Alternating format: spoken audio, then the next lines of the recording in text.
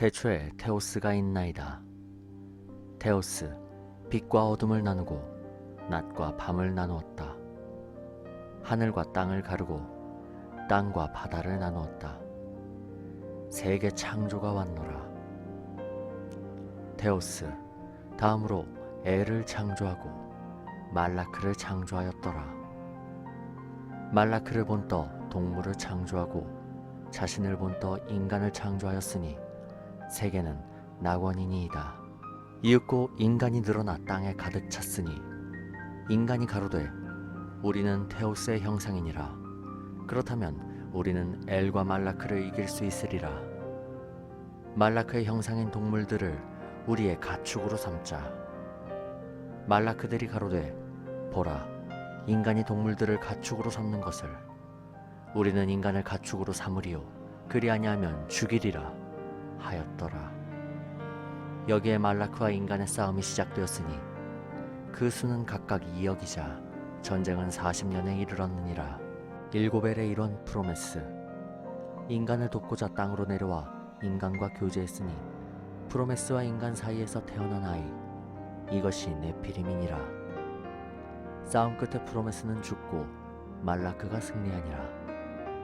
엘들이 가로되 우리는 대홍수를 일으켜 프로메스의 자식들도 그들이 가축으로 삼은 동물들도 모두 다 멸하리라 하니 곧 물이 지표면을 40일 동안 덮었나이다. 테오스는 크게 슬퍼하며 인간과 동물을 한 쌍씩 방주에 태워 홍수로부터 살아남도록 하셨으니 40일이 흐른 후 물이 마르고 인간이 생존했음을 보고 엘들이 분노하여 말하기를 테오스여, 인간은 그대를 거스르는 자, 그렇다면 모두 죽여야 마땅하나이다. 저들은 이미 그대가 창조하신 인간이 아니라 네피림이기에. 테오스가 이르시되 엘들아, 나의 말을 거역하는 너희도 다를 바 없도다.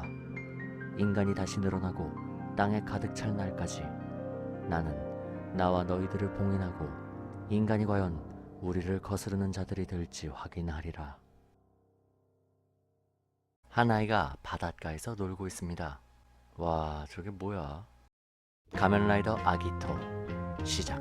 이곳은 경찰청 미확인 생명체 대책반 G3 연습로. 이름부터 오지게 길어버리는 이곳에선 특수한 테스트가 진행 중입니다. 경찰청에 높으신 분들이 모두 모인 가운데 파란색 아이언맨이 강철공으로 피구를 시작합니다. 못 맞췄지로. 벽에 박힌 것 좀 봐.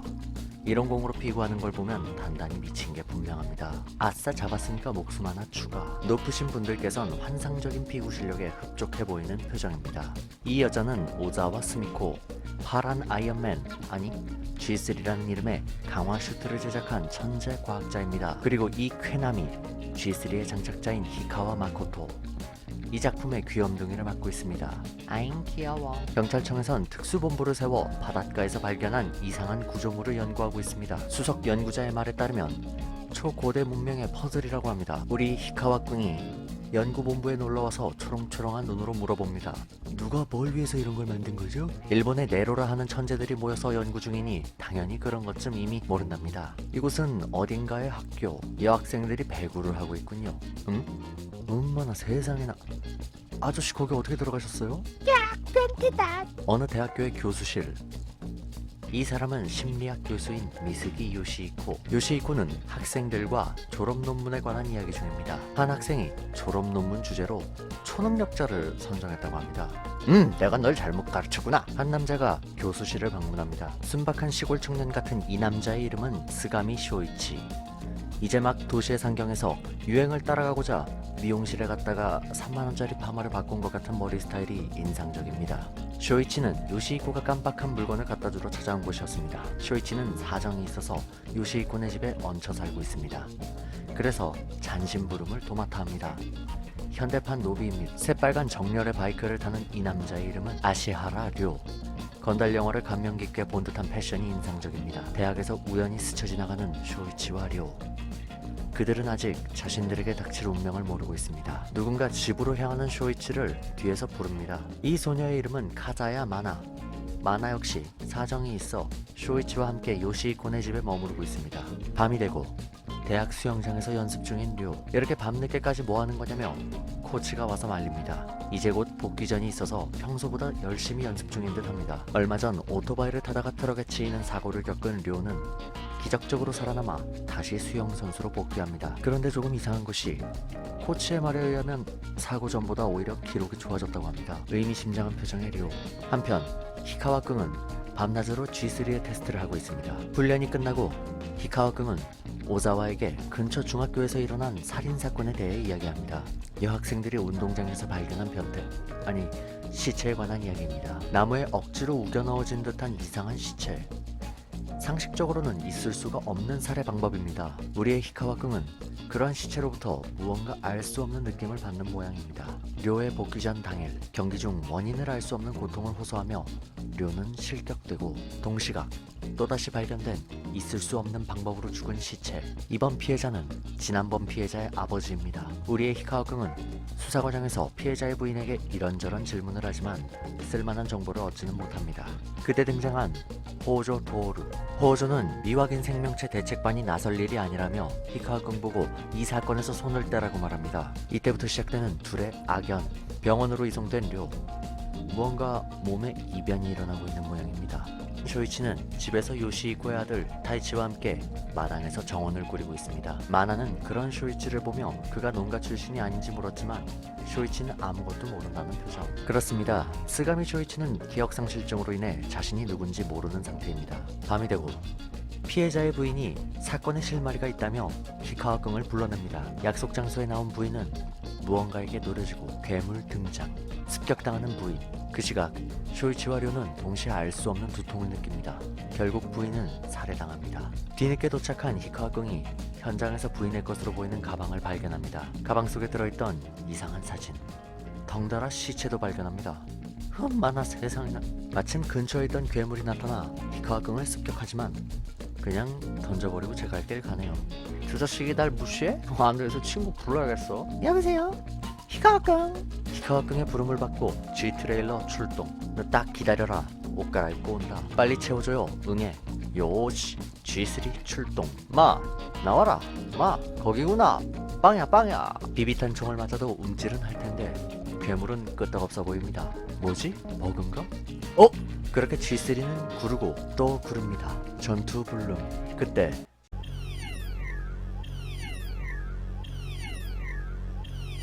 배에다 손전등을 달고 다니는 이상한 사람이 등장합니다. 아저씨는 누구세요? 두둥둥 두둥. 지전 멋지다. 너도 굴러볼 테냐? 꽥 팡. 필살기 자세를 잡는 멋진 아저씨. 라이더 킥. 펑. 친구가 한참을 쳐맞아도 강 건너 불구경만 하던 인성 파탄난 떼걸룩들. 아저씨는 이름이 뭐예요? 아무 말 없이 떠나는 지전 간지 터지는 그의 이름은 바로 아기토. 바닷가에서 발견된 초고대 문명의 퍼즐, 통칭 오파츠로부터 연구원들은 어떠한 생명체의 유전자 코드를 입수합니다. 그리고 그 유전자 코드를 토대로 한 생명을 탄생시키는데 인간의 아기의 모습으로 세상에 태어난 그것은 믿을 수 없는 속도로 성장해 나갑니다. 갓난아기였던 그는 곧 초등학생 정도의 어린아이의 모습이 되었고 금세 아름다운 외모의 청년으로 자라납니다. 그를 탄생시킨 장본인인 오파츠 연구원 미쿠모 사키코조차 그가 어떤 존재인지 전혀 몰랐습니다. 그의 정체는 바로 가면라이더 아기토의 세계를 창조한 조물주, 어둠의 힘, 테오스였습니다. 주인공인 스가미 쇼이치는 기억상실로 인해 자신의 과거를 잊었습니다. 자신이 누구인지, 어디서 왔는지 그 무엇도 떠올릴 수 없었지만 그가 기절한 채 발견된 해변에서 그는 내용물이 들어있지 않은 편지 봉투 하나를 쥐고 있었습니다. 그 편지에는 스가미 쇼이치님께 라는 문구가 적혀 있었고 그것이 그대로 그의 이름이 되었습니다. 미스기 요시히코는 기억을 잃고 갈 곳 없는 그를 자신의 집에 머무를 수 있게 해주었고 그 대신 쇼이치는 온갖 집안일을 도맡아 하게 됩니다. 쇼이치는 요시히코네 집에서 요시히코의 아들 타이치 그리고 조카인 마나와 함께 평화로운 일상을 보내고 있었습니다. 그런데 어느 날부터 정체를 알 수 없는 괴 생명체들에 의해 살인사건이 일어나기 시작합니다. 과거를 잊은 쇼이치는 자신이 누구인지조차 기억하지 못했지만 어째서인지 본능적으로 그 괴 생명체들의 존재를 알 수 있었고 그것들을 막기 위해 항상 사건 현장으로 달려갑니다. 쇼이치에겐 남들에겐 없는 특별한 힘이 있었습니다.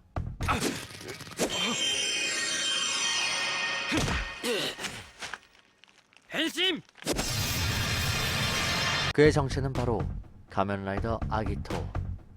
평소엔 그저 해맑게 웃을 줄밖에 모르는 어딘가 덜 떨어져 보이는 그도 아기토로 변신하면 절도 있고 품위 있는 동작으로 적들을 무찌릅니다. 그가 시도 때도 없이 어딘가로 사라진다는 것을 눈치챈 마나가 어느 날 그의 뒤를 쫓아 그의 정체를 알게 됩니다.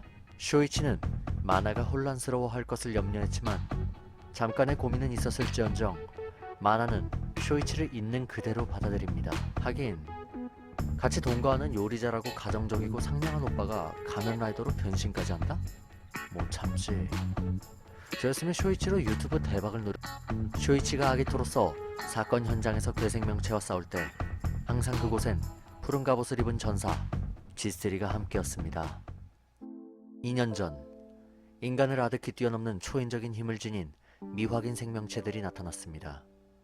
그들은 매우 잔혹한 방법으로 인간들을 살해했고 수많은 죄 없는 시민들이 속수무책으로 학살당했습니다. 그 중에는 미확인 생명체 4호로 명명된 존재가 있었는데 그만은 달랐습니다.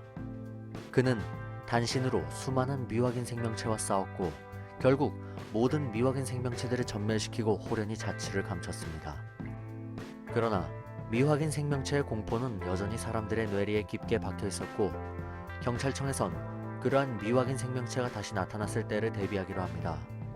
그것이 바로 미확인 생명체 대책반 그리고 미확인 생명체 4호를 모티브로 제작한 G3 강화 슈트였습니다. 경찰청 미확인 생명체 대책반 G3 유닛의 소속 경찰관인 히카와 마코토는 반년 전까지만 해도 어느 시골의 평범한 순경이었습니다. 그러나 마침 그 근처에서 폭풍 우에 휘말린 아카츠키호라는 배를 발견하고 근처 어선의 도움을 빌려 혼자서 모든 승객과 승무원을 구출해내는 업적을 세웁니다. 히카와는 이 사건을 계기로 경찰 내부에서 아카츠키호의 영웅이란 이름으로 불리게 되었고 이후 미확인 생명체 대책반으로 소속이 옮겨져 G3 슈트의 장착자가 됩니다. 매사에 진지하고 융통성 없는 히카와는 누구보다 강한 정의감으로 행동하는 참 경찰입니다. 미확인 생명체가 사라지고 2년이란 시간이 흘렀음에도 G3의 장착자로서 훈련을 게을리하지 않는 부지런함마저 겸비했습니다. 그리고 그의 노력이 결실을 맺듯 새로운 미확인 생명체가 나타납니다. 첫 출동에선 속수무책으로 당하기만 하다가 결국 뒤늦게 나타난 아기토에 의해 겨우 목숨을 건집니다. 새롭게 나타난 미확인 생명체들은 2년 전에 나타났던 것들과는 확연히 다른 힘을 가진 존재들이었고 그리하여 경찰은 새롭게 나타난 이 괴생명체들을 언노운이라고 부르게 됩니다. G3는 언노운이 나타날 때마다 현장으로 향해 싸우지만 이렇다 할 전과를 올리지 못하고 항상 당하기만 합니다. 언노운을 쓰러뜨리는 건 언제나 아기토의 역할. G3, 히카와는 언제나 아기토에게 목숨을 구해주는 입장이었습니다. G3의 부진한 성과는 자연스레 장착자인 히카와의 탓으로 여겨졌고 이 틈을 노린 경찰청의 엘리트 수사관 호조 토오루가 G3의 새로운 장착자가 될 뻔합니다. 그러나 언노운과의 싸움에서 목숨이 위태로워지자 꼴사납게 도망쳐버린 그는 장착자 자격을 박탈당합니다. 그리고 이후 G3는 다시 히카와의 것이 됩니다. 호조는 이때부터 G3 유닛 멤버들을 눈엣 가시로 여기고 적극적으로 방해하기 시작합니다. 아시아라 료는 수영 선수로서 장래가 유망한 대학생이었습니다. 그러나 오토바이를 타다 트럭에 치이는 사고를 겪어 이 세계로 환생을 죽을 고비를 넘기고 가까스로 회복했으나 갑작스런 몸의 변화로 인해 인생이 크게 뒤집힙니다. 갑자기 사람들을 습격하기 시작한 언노운들의 등장과 함께 그의 숨겨진 힘이 깨어나고 그는 원치 않게 가면라이더 길스로 변하게 됩니다. 길스가 된 료는 이 일을 아무에게도 털어놓지 못한 채 홀로 고뇌했고 믿을 수 있는 사람이라 생각했던 지인들은 모두 그의 변해버린 모습에 겁을 먹고 떠나버렸습니다. 자신을 매몰차게 버린 옛 애인을 지키기 위해 처음으로 길스로서 싸우는 것을 다짐한 료. 이후 료는 언노운이 나타나면 길스로 변신해 싸우면서 진정한 영웅으로 거듭납니다. 처음엔 전혀 다른 출발점에서 시작한 이 세 명의 이야기는 아카츠키호 사건을 통해 한데 묶이게 됩니다. 반년 전 아카츠키호라는 배가 폭풍우에 휘말려 침몰할 뻔한 사고가 일어났습니다. 마침 당시에 근처를 순찰하던 히카와가 어선의 도움을 받아 승객들을 모두 구조한 사건입니다. 언노운에게 살해당한 사람들의 공통점을 찾는 중 이 아카츠키호와 관련된 단서들이 나타납니다. 언노운에게 살해당한 사람들 중 몇 명은 반년 전에 폭풍우에 휘말려 침몰할 뻔한 아카츠키호의 생존자들이었습니다. 료의 아버지는 아카츠키호에 탑승했던 승객 중 한 명이었고 어느 날 언노운에게 살해당했습니다. 아버지의 죽음에 의문을 가진 료는 아버지의 유품인 수첩을 통해 당시 아카츠키호의 승객이었던 사람들을 찾아 나섭니다. 히카와 또한 수사 과정에서 언노운과 아카츠키호 사이에 연관성이 있음을 깨닫고 당시의 승객들을 찾아갑니다. 지금은 기억을 잃었지만 사실 쇼이치 또한 과거에 이 아카츠키호의 탑승자 중 한 명이었습니다. 아카츠키호야말로 쇼이치의 과거를 풀 열쇠였습니다. 쇼이치에겐 누나가 있었습니다. 그녀의 이름은 사와키 유키나. 둘의 성이 다른 이유는 둘이 의남매이기 때문이 아닙니다. 사실 지금껏 우리가 츠가미 쇼이치로 알고 있던 주인공의 본명은 바로 사와키 테츠야. 츠가미 쇼이치라는 이름의 인물은 사실 유키나의 애인이었습니다. 진짜 쇼이치는 마나의 아버지인 카자야 노부유키와 함께 초능력을 연구하던 연구원이었습니다. 당시 유키나는 실험을 통해 초능력을 남발하다가 결국 아기토의 힘에 각성, 폭주하고 맙니다. 자신의 힘을 두려워한 유키나는 옥상에서 투신 자살을 하였고 쇼이치 또한 그녀를 구하지 못했다는 죄책감으로 자살을 택합니다. 그러나 그를 눈여겨보고 있던 초월적인 존재, 어둠의 힘에 의해 쇼이치는 부활하게 됩니다. 테오스가 현대에 자신의 유전자 코드를 남겨서까지 부활하려고 했던 이유는 바로 현대에 나타날 아기토들을 섬멸하기 위해서였습니다. 세상에 최초로 나타난 아기토를 죽인 공로를 인정받아 쇼이치는 어둠의 힘에게 아기토를 멸할 부하로서 선택받은 것입니다. 물론 유키나를 죽게 한 것은 쇼이치의 의지가 아니었고 그는 어둠의 힘을 돕는 척을 하고 실제로는 아기토를 위해 행동하기 시작합니다. 누나가 죽었단 사실을 안 테츠야는 누나가 쇼이치에게 쓴 정체불명의 편지를 들고 사건의 진상을 알기 위해 쇼이치를 찾아 나섭니다. 쇼이치에게 향하는 도중 아카츠키호에 탄 테츠야는 그곳에서 정체불명의 남자와 맞닥뜨리고 아카츠키호 전체가 빛의 파동을 받게 됩니다. 그리고 빛의 힘을 감지한 물의 엘이 어둠의 힘의 명으로 아기토를 멸하고자 그곳에 찾아옵니다. 그 자리에서 테츠야는 최초로 아기토의 힘을 각성하고 물의 엘과 맞서 싸웁니다. 그러나 이제 막 아기토의 힘에 각성한 테츠야로선 물의 엘을 당해내기엔 역부족이었고 그대로 바다에 빠져 행방불명이 됩니다. 물의 엘은 아카츠키호의 승객들에게 경고합니다. 빛의 파동을 받은 승객들은 늦던 빠르던 언젠가 아기토로 각성하게 될 것이고 그때 죽음을 맞이할 것이라고. 이 일에 대해선 무조건 함구할 것을 명하고 물의 엘은 그들에게 잠시나마 살아갈 시간을 줍니다. 승객들은 자신들이 시한부가 되었다는 사실에 좌절하고 물의 엘의 말을 따라 아카츠키호에서의 일은 누구에게도 발설하지 않기로 입을 맞춥니다. 그렇게 바다에 빠져 표류하던 테츠야는 모든 기억을 잃고 해안으로 떠밀려와 현재에 이르게 됩니다. 쇼이치는 사와키 테츠야로서의 기억을 모두 되찾은 후에도 여전히 우리가 아는 쇼이치였습니다. 오랜 시간 아카츠키호의 생존자 몸속에서 암약하고 있던 물의 엘이 깨어나고 쇼이치 앞에 모습을 드러냅니다. 쇼이치는 막강한 물의 엘을 당해내지 못하고 패배. 이후 아기토로서 싸우는 것에 두려움을 느낍니다. 가면라이더 아기토가 재미있는 점은 바로 이 부분입니다. 보통 최신 가면라이더들은 강화폼이 등장할 때 이런저런 고난과 역경, 강한 힘에 걸맞은 획득 서사를 보여주기 마련인데 아기토에선 그런 거 없습니다. 우물쭈물 주저하는 쇼이치에게 우리의 히로인 마나짱이 애정을 듬뿍 담아 만든 모에모에 끼용 도시락을 먹입니다. 그럼 뭐 다른 게 필요합니까? 그냥 바로 먹방 한번 시원하게 찍어주고 냅다 싸우러 가는 겁니다. 가자마자 기분 전환으로 새로운 변신 포즈를 기깔나게 잡아주고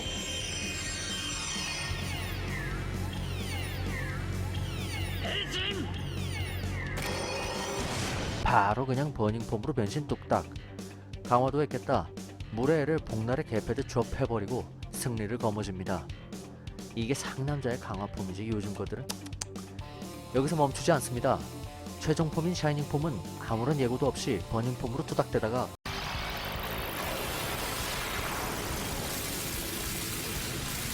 갑자기 햇빛 받고 뚝딱 변신해버립니다. 진정한 상남자는 그냥 근성으로 기아 빡 주면 강화해버리는 겁니다. 점점 아기토의 힘에 각성해 나가는 사람들이 늘어나자 어둠의 힘은 조급해지기 시작합니다. 결국 직접 나서서 아기토의 힘을 가진 자들을 찾아가 그들의 힘을 빼앗기 시작하지만 히카와끈과 쇼이치의 닌겐 파워로 죽방을 맞고 후퇴. 고작 닌겐 따위에게 죽방을 맞았다는 사실에 부들댑니다. 힘을 되찾은 쇼이치는 히카와끈, 료와 함께 어둠의 힘을 물리치고 아기토의 이야기는 막을 내립니다. 여러분, 토이라이더입니다. 오랜만에 가면라이더 본편을 리뷰해보았는데 어떻게 재밌게 봐주셨나요? 가면라이더 아기토는 사실 한국에서 그렇게까지 인지도가 있는 작품은 아닙니다. 저도 처음엔 그렇게까지 큰 관심이 가는 작품은 아니었어요. 헤이세이 최초의 라이더인 쿠가는 그 자체만으로 상징성이 있고 또 명작으로 불리니 팬들 사이에서 인지도가 높았지만 아기토는 일본에선 역대 가면라이더 시리즈 중 평균 시청률이 가장 높았을 정도로 인기작이지만 국내에선 방영된 적도 없고 상징성 또한 뚜렷하지 못합니다. 저 또한 아기토에 대해 잘 몰랐을 땐 주워들은 이야기로 그냥 평범한 수작이겠거니 했는데 웬걸? 이게 몰입감 하나만큼은 제가 지금껏 봐온 가면라이더 시리즈 중에서 탑급입니다. 진짜 거짓말 안 치고 시간 가는 줄 모르고 봤어요. 최근 가면라이더에선 느낄 수 없는 어른의 드라마 같은 느낌이라고 해야 할까? 단순히 분위기만 무거운 게 아니라 인물들의 일관적인 캐릭터성이나 현실적으로 납득이 가는 행동에 개연성이 뛰어나서 진짜 어른의 드라마라는 느낌입니다. 물론 쿠가만큼 진지하고 무겁진 않습니다. 근데 오히려 그게 좋게 작용해서 훨씬 대중성을 잡은 작품이 되었습니다. 아기토가 다루고 있는 이야기가 워낙 방대하다 보니 리뷰에선 생략한 부분이 너무나도 많습니다. 예를 들어 가면라이더 시리즈를 통틀어 가장 불쌍하다고 해도 과언이 아닌 남자 아시아라 료의 스토리도 정말 보고 있으면 너무 불쌍해서 어처구니가 없을 지경이고 거의 매번 나오는 우리의 귀염둥이 마스코트 히카와끈과 쇼이치의 개그 만담이 얼마나 재미있던지 정말 히카와 마코토는 최고로 매력적인 캐릭터였습니다. G3X를 얻게 되는 이야기나 최종화에서 3명의 주인공이 내뱉는 멋들어진 명대사들까지 전부 다 담고 싶었지만 이건 일부러 넣지 않았습니다. 여러분들께서 꼭 직접 시청해주세요. 그리고 언급하지 않은 캐릭터 중에는 어나더 아기토로 변신하는 키노 카오루라는 꽤 비중 있는 인물도 있습니다. 정말 방대한 이야기를 담고 있는 아기토이고 또 3명의 주인공을 큰 줄기에서 자연스레 엮어가는 어려운 각본인지라 요약하는데 많은 애를 먹었네요. 진짜 아기토 뽕이 치사량을 달립니다. 그리고 이미 눈치채신 분들도 계시겠지만 제가 작품을 보고 리뷰를 만들 정도로 뽕이 찼다는 건 즉 Oh my god, yeah. 우효.